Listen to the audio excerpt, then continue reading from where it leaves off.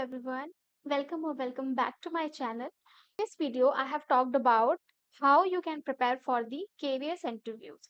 तो कल हमने बात करी थी कि कैसे आप उसका सब्जेक्ट प्रिपरेशन कर सकते हैं, जिसमें हमने कुछ एनसीईआरटी पॉइंटर्स की बात करी थी। कल उसमें हमने बात किया था कि आप कैसे करंट अफेयर्स के बारे में हमने कुछ बात करी थी। उसको कैसे प्रिपेयर कर सकते हैं, क्या प्रिपेयर करना है, क्या इग्नोर करना है, ऑल दोज थिंग्स। आज की वीडियो में मैं डिस्कस करूंगी the second pillar of the interview which is demo. इसमें मैं बात करूंगी कि कैसे आप डिसाइड करेंगे कि आपको किस तरीके का टॉपिक चूज करना है डेमो के लिए। सेकंड, आप उस टॉपिक को प्रिपेयर कैसे करेंगे। And the third and the most important कि कैसे आप उसको प्रेजेंट करेंगे। So let's begin. पहली बात है कि आपको टॉपिक चूज कैसे करना है। कुछ ऑब्वियस बातें हैं जिनका आपको ध्यान रखना है। फर्स्ट कि वो टॉपिक आपकी एनसीईआरटी बुक का होना चाहिए। मतलब आप रेंडम, और आपको ध्यान रखना है कि अगर आप टीजीटी के लिए जा रहे हैं तो that topic should be from 6 to 10th grade. आप 11th या 12th का टॉपिक ना पिक करें, that will be beneficial. Second, जब आप टॉपिक चूज कर रहे हैं, ज्यादातर एस्पिरेंट्स जो गलती करते हैं वो ये कि वो सोचते हैं कि अगर मैं कोई टफ टॉपिक लूंगा तो वो ज्यादा अच्छा इम्प्रिंट छोड़ेगा जो भी आपके पैनल मेंबर्स हैं। बट इन रियलिटी प्रिंट सिर्फ वो ही डेमो छोड़ पाते हैं जो इजी होते हैं समझने में, जो थोड़े क्विक के साथ बनाए जाते हैं, जो थोड़े क्रिएटिव होते हैं।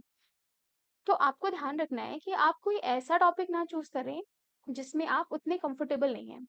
फॉर एग्जाम्पल, अगर आप फिजिक्स में थोड़े कंफर्टेबल नहीं हैं तो आप motion, gravitation, work energy, power, ऐसे टॉपिक थोड़ा अवॉइड कर सकते हैं जो भी आपके वीक एरियाज होंगे।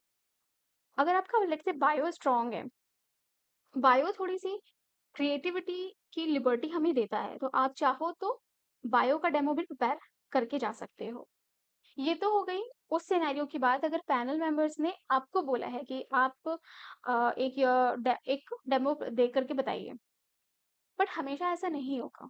हम सेकंड केस ये ले लेते हैं कि लेट्स से कि जो पैनल मेंबर्स हैं उन्होंने ही हमें कोई टॉपिक दिया। इसका मतलब ये हो गया कि आप जब डेमो की प्रिपरेशन कर रहे हैं तो आप हर बार एक बार हर एक टॉपिक को थोड़ा सा देख लीजिए, उसका एक लेसन प्लान प्रिपेयर कर लीजिए कि आप उसको कैसे टैकल करेंगे, स्पेसिफिकली उन टॉपिक्स के लिए जिनमें आप थोड़े से वीक हैं।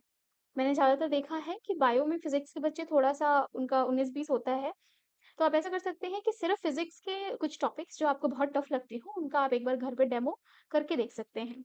बट अगर लिबर्टी आपके हाथ में है, आपको बोला गया है कि अगर आप कोई डेमो प्रिपेयर करके आए हैं उसे प्रेजेंट कीजिए, that's a win win situation, क्योंकि वहां पर आप प्री नोशन से जा सकते हैं, प्री प्रिपरेशन से जा सकते हैं। सो सेकंड, मैंने आपको दो सिनेरियो बता दिए। नाउ जब भी आप डेमो प्रिपेयर करें ना, थोड़ा सा ओपन माइंड होकर के सोचिए, एज ए स्टूडेंट होकर के सोचिए कि किस तरीके की क्लास आपको अच्छी लगती थी when you were a student. Obvious सी बात है कि कोई भी स्टूडेंट नॉन इंटरेक्टिव क्लास में नहीं जाना चाहता। वो चाहेगा कि टीचर उससे इंटरेक्ट करे, वो चाहेगा कि टीचर वो जो एक नॉर्मल लेक्चर मेथड होता है उससे ना यूज करे, थोड़ा सा एक्टिविटी बेस्ड हो, थोड़ा क्रिएटिव लेक्चर हो। उससे क्या होता है, जो स्टूडेंट्स होते हैं उनके अटेंशन भी हमारी तरफ रहते हैं। इन बातों का आपको ध्यान रखना है while you are preparing for the topic। सबसे पहले आपको ध्यान रखना है कि in the name of creativity आप कोई बहुत बड़े बड़े टीचिंग एड्स नहीं ले जाएंगे, क्योंकि आपको ऐसे ध्यान रखना है कि जब आप एज अ टीचर किसी स्कूल या किसी क्लास में जा रहे हैं तो it's not a one day task. तो पैनल मेंबर ये देखना चाहेंगे कि एज अ टीचर क्या आप एवरी डे क्लासरूम के अंदर थोड़ी सी ट्विक करके चीजें बेहतर कर पा रहे हैं या नहीं। तो क्लासरूम के अंदर जो भी चीज़ें प्रेज़ेंट हैं, आपका ब्लैक बोर्ड हो गया, आपकी चॉक हो गई, आपका डस्टर हो गया, या क्लास में जो भी डेस्क हैं, टेबल है, फैन है, या जो भी इक्विपमेंट्स हैं, जो भी ऑब्जेक्ट्स प्रेज़ेंट हैं, उनको भी आप as a teaching objects, teaching add use कर सकते हैं। फॉर इंस्टांस, आप अगर लेट्स से कि ग्रेविटी पढ़ा रहे हैं, तो आप बच्चों को दिखाने के लिए डस्टर को ग्रेविटी ऊपर से फेंक करके ग्रेविटी समझा सकते हैं। फिर अगर आप कोई बायोलॉजी का कुछ टॉपिक है आपके पास, लेट्स से कि आपने एज अ फ्लावर एक कोई डायग्राम ड्रॉ किया। ध्यान रखना है आपको कि डायग्राम ड्रॉ करने का आपके पास टाइम ज़्यादा होगा नहीं, so you have to be very quick in that. और आप कोई डायग्राम ड्रॉ कर रहे हैं तो अपने पास आप थोड़ी सी कलर चॉक रख सकते हैं। इट्स एन ईजी वे थोड़ा सा इंटरेस्टिंग बनाने के लिए। उसमें से अगर आप उनकी जो पेटल्स हैं उनको डिफरेंट कलर से बना देंगे और जो स्टिग्मा है उसको अलग कलर से बना देंगे और स्टिग्मा के अंदर के जो बाकी के पार्ट्स हैं ओवरी एंड स्टाइल उनको अगर आप अलग कलर से बनाएंगे तो it will be an easy for an student to understand that these are small small tweaks in your preparation which can really brings out the difference in you क्योंकि वहां पर जितने भी कैंडिडेट्स जा रहे हैं वो कुछ ना कुछ डिफरेंस करके जा रहे हैं तो अगर आप ज्यादा कुछ कॉम्प्लेक्स डिफरेंस करेंगे अगर आप सोचेंगे कि मैं मार्केट से कोई टीएलएम परचेज कर लूँ या फिर मैं कोई कॉम्प्लेक्स सा टीएलएम बनाऊँ तो उतना रेगुलर टीचिंग के लाइफस्टाइल में आपको इतना टाइम नहीं रहेगा। Second is have your lecture plan ready. आपने टॉपिक सेलेक्ट कर लिया, आपने उसका प्रैक्टिस कर लिया घर पे, everything is ready but never forget your lecture plan. Why I am saying that कभी-कभी क्या होता है इन दी स्ट्रेस एंड एंजाइटी जब आप जाते हो और आप लेट्स से कि उतने अच्छे तरीके से रिकॉल नहीं कर पाए कि आपको डेमो कैसे देना था। वहाँ पर जो सबसे बड़ी चीज़ आपको काम आने वाली है ना, वो है आपका लेक्चर प्लान। उस लेक्चर प्लान में आप डिटेल्ड लेक्चर प्लान बनाइए, उसमें लिखिए कि क्या-क्या चीज़ें आप बोलने वाले हो, क्या-क्या चीज़ें आप लिखने वाले हो, क्या कैसे आप बच्चों से इंटरैक्ट करोगे। यहाँ पर बच्चों का मतलब पैनल मेंबर्स है because they give you a situation कि आप मान लीजिए कि हम आपके स्टूडेंट्स हैं और आप इस टॉपिक पर डेमो करके बताइए या फिर हम आपके पैनल हो, आप किसी भी एक टॉपिक पर डेमो करके दिखाइए। ठीक है, तो ध्यान रखना है आपको किस तरीके से प्रिपेयर करना है। सबसे पहली और इम्पोर्टेंट बात है कि ईज़ी टॉपिक चूज़ करें। सेकंड, आपको क्रिएटिव होना है बट प्रैक्टिकल भी रहना है। ठीक है? ऐसा नहीं होना चाहिए कि क्रिएटिव के नाम पर आप बड़े-बड़े थर्माकोल्स और बड़ी-बड़ी ऑब्जेक्ट्स लेकर के जा रहे हैं। क्रिएटिव होने के साथ-साथ आपको प्रैक्टिस करनी है डेमो की हर दिन। उन टॉपिक्स के लिए स्पेसिफिकली जिनमें आप कंफर्टेबल नहीं हैं और ऑब्वियसली उस टॉपिक के लिए भी जो आप खुद से प्रिपेयर करके जा रहे हैं। आपको टॉपिक जो लेना है वो 6th to 10th अगर आप पीजीटी के लिए जा रहे हैं तो अगर आप पीजीटी के लिए जा रहे हैं तो it should be from 11th and 12th and it should be from your own topic. For example if you are going for PGT science then आपका टॉपिक साइंस की एनसीईआरटी बुक से होना चाहिए for the grade 6 to 10th। These are the few example, a few tips for the preparation. Now I am coming to the third part of this video, which is how will you present. First and very important point is that जब आप class को address कर रहे हो तब आपकी आवाज में एक रूखापन भी नहीं होना चाहिए और बहुत स्लो भी नहीं होनी चाहिए। दैट मीन्स आपकी जो वॉइस पिच है that is very much important. वो इतनी तेज नहीं होनी चाहिए कि अगर आप लेट से 15 मिनट्स के लिए बात कर रहे हैं तो जो अदर मेंबर है आपके रूम में जो पैनल मेंबर्स हैं उनको वो इरिटेट करे। एट द सेम टाइम वो इतनी स्लो भी नहीं होनी चाहिए कि टीचर आपके अंडर कॉन्फिडेंट को आप टीचर्स को ये लगे या पैनल मेंबर्स को ये लगे कि आप अंडर कॉन्फिडेंट है। तो आपकी पिच बहुत इंपॉर्टेंट है। इसके लिए आप ऐसा कर सकते हैं कि हर दिन आप अपने फ़ोन पर वीडियो बना करके देखिए and you will get an idea कि आपके बोलने के तरीके में क्या खामियाँ हैं। आप ये समझ पाएँगे कि आपकी बॉडी लैंग्वेज में क्या दिक्कत है, आपके आई कॉन्टैक्ट्स में क्या दिक्कत है।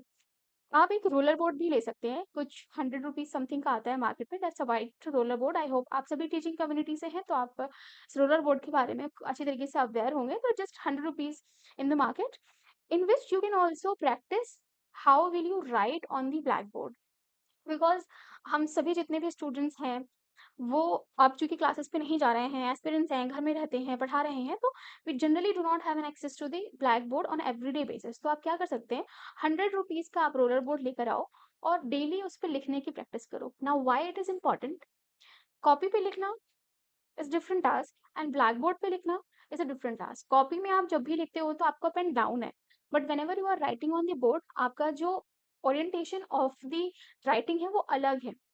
तो सीधी लाइन होना कि ऐसा नहीं होना चाहिए कि आपने ब्लैक बोर्ड पे लिखना चालू किया। जनरली ऐसा होता है कि लिखते लिखते आपकी जो लाइन है वो ऊपर जा रही है, वो नहीं होना चाहिए। इस ये दिखाता है कि आपकी ब्लैक बोर्ड स्किल्स उतनी अच्छी नहीं है।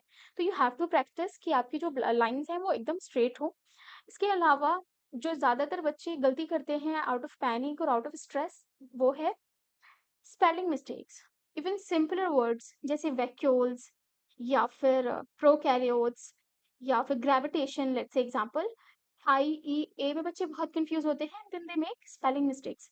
तो आपको क्या करना है, जो भी आप पढ़ाने वाले हैं उनमें जो भी स्पेसिफिकली वर्ड आने वाले हैं उनको आप पहले से प्रैक्टिस करके जाइए एक बार उस डेमो को जब आप दे रहे हैं तो थोड़ा सीरियसली दीजिए, ना सिर्फ बोल करके बट उस चीज़ को प्रॉपरली लिख करके आपको क्या करना है, ब्लैक बोर्ड पे प्रैक्टिस करना है, जो भी आप अपना रोलर बोर्ड लेंगे। मैंने आपको डायग्राम्स का बता दिया कि डायग्राम्स को आपको बनाना है, but do not take let's say कि अगर पैनल मेंबर आपको 5 मिनट्स भी दे रहे हैं ना डेमो के लिए, तो उसमें ऐसा नहीं है कि आप 5 मिनट्स में 4 मिनट्स आप सिर्फ डायग्राम ही बना रहे हैं। वो आपकी आर्टिस्टिक स्किल्स नहीं देख रहे हैं, वो आपकी ब्लैक बोर्ड स्किल्स और आपकी टीचिंग स्टाइल देखना चाहते हैं। That how much you communicate with the audience, students, and how much you communicate and create things in the small interval of time। तो इन सारी बातों का ध्यान रखना है आपको। अगर आप कुछ आपके लेक्चर प्लान में कुछ डायग्राम वाला पार्ट है भी, तो मेक श्योर कि आप उस डायग्राम की इतनी अच्छी प्रैक्टिस कर लें कि विदिन 30 सेकेंड्स आप उसका एक बहुत अच्छा डायग्राम बना पाएँ। ताकि पैनल मेंबर के लिए ये इंप्रेसिव भी होगा कि आपने अच्छी प्रैक्टिस करी है और आपका टाइम बचेगा। लेट्स से 5 मिनट्स का डेमो टाइम है, तो आपका 4 एंड हाफ मिनट आप खुद को एक्सप्लेन कर पाएँगे, आप खुद को प्रेज़ेंट कर पाएँगे। और एक इम्पॉर्टेंट बात आती है जब हम प्रेज़ेंटेशन की बात करते हैं, how you carry yourself. Carry not only means how you have dressed up, but carry also means what is your confidence level. कहीं आप बहुत आपकी वॉइस में बहुत ज़्यादा वाइब्रेशन तो नहीं है, कहीं ऐसा तो नहीं है कि आप इतना डरे हुए हैं कि आप पैनल मेंबर को फेस ही नहीं कर रहे, you are just facing on the blackboard, you are not addressing the panel members. So when you are carrying yourself in front of the panel member, you have to look confidence, and whatever your dress code is, I would suggest be in a formal। अगर आप mail हैं तो एक formal shirt, pant and a polished suit will look good on you। And if you are a female aspirant, then I would say many people suggest that you go in sari and etc. But this is my personal experience also, that if you are wearing sari for the very first time, then अगर आप साड़ी पहनना चाहते हैं, तो आप उसकी पहले से प्रैक्टिस करके उसमें चलने की, पढ़ाने की, बोलने की प्रैक्टिस कर लीजिए। बिकॉज़ अगर आप डी डे पर ही उसको पहनेंगे ना, that would be uncomfortable for you. आपने देखा होगा बहुत सारे लोग जब फर्स्ट टाइम साड़ी पहनते हैं, तो they are not very comfortable in moving also. So आप उसकी पहले से प्रैक्टिस कर लीजिए। और एल्स जो आपका सूट है, that is a really good option. आपने देखा होगा जितनी भी टीचर्स हैं, वो जनरली सूट कैरी करती हैं। It is easy to wear, it looks formal, at the same time उसमें आपको इतना डिस्कम्फर्ट भी नहीं होता है।